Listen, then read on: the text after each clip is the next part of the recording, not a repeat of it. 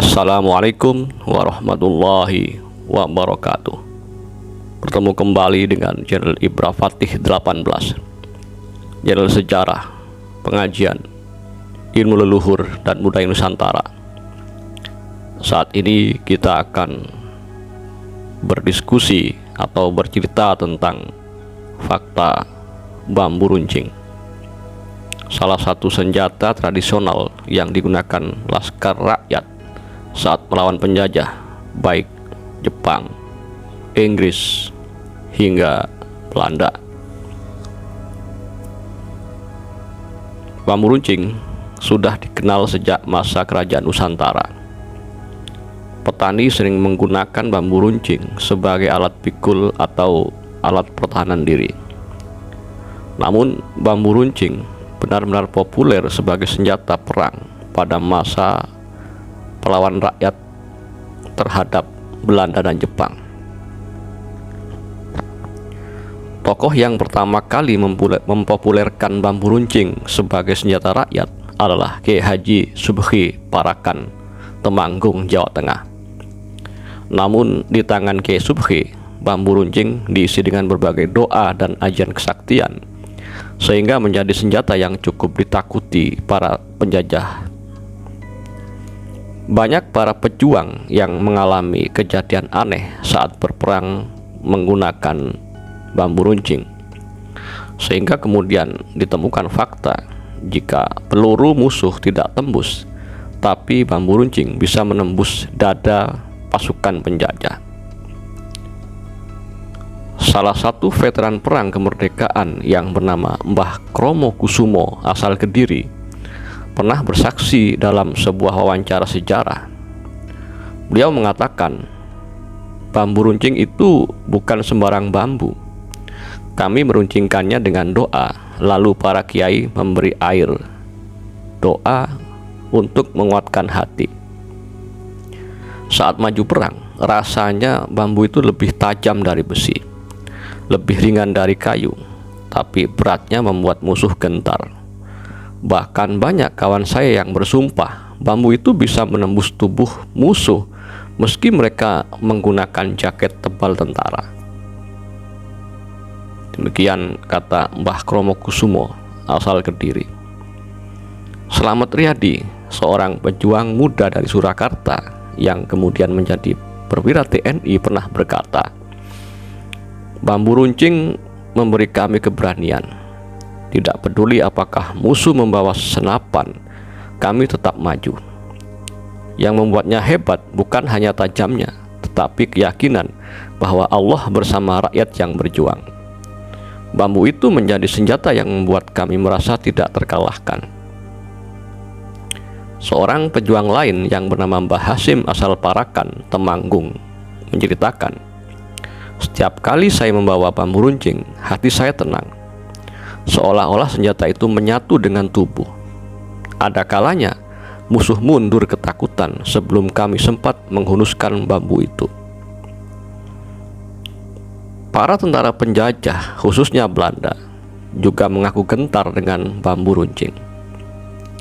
Seorang sejarawan Belanda yang berdarah Belgia Belanda bernama David van Rysbroek dalam bukunya Revolusi Indonesia and the Birth of the Modern World menyatakan, "Without bamboo tree wouldn't have been a Indonesian Revolution."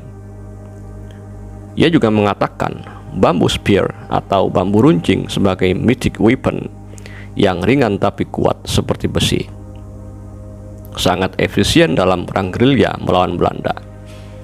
Pernyataan itu pernah dimuat dalam The Wall Street Journal.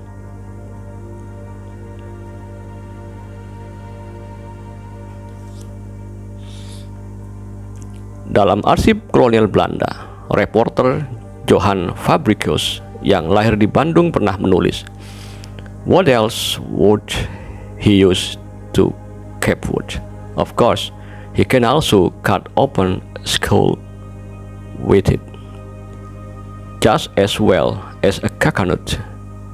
And to see a bamboo spear as something other than a child's toy, one only has to see the gaping wound. that were caused by it.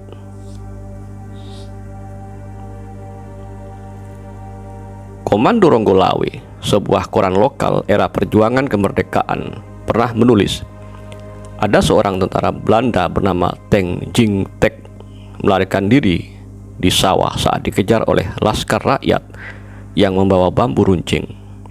Ia panik dan akhirnya dihabisi oleh para pejuang. Berita itu kemudian dikutip oleh Historia.id.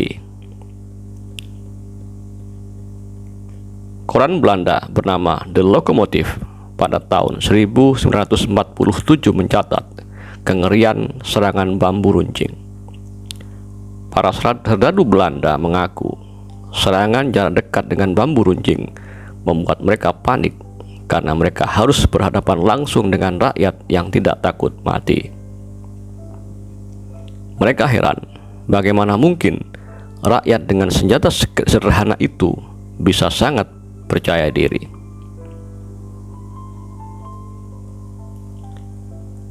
Arsip militer Belanda juga mencatat beberapa kesaksian veteran KNIL. Mereka melihat pasukan rakyat menyerang dengan bambu runcing, seolah tak mempan peluru. Ada tentara KNIL yang mengaku mereka menembak berkali-kali, tapi pejuang tetap maju dengan bambu runcing, kemudian menusuk tubuh kawan mereka. Hal ini menimbulkan keyakinan di kalangan tentara Belanda bahwa rakyat Indonesia menggunakan ilmu kebal.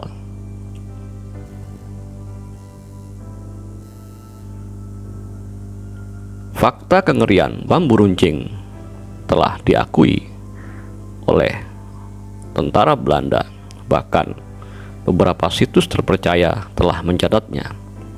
Akan tetapi, saat ini mungkin saja banyak generasi Gen Z yang menyaksikan hal itu. Akan tetapi, fakta telah mengatakan bahwa bambu runcing memang merupakan salah satu senjata tradisional yang sangat sederhana, namun begitu ditakuti oleh musuh-musuh kita saat itu. Demikian diskusi kita kali ini tentang bambu runcing, senjata sederhana yang digunakan oleh laskar rakyat dan laskar santri saat mengusir para penjajah Eropa dan Jepang. Salam sejarah dan assalamualaikum warahmatullahi wabarakatuh.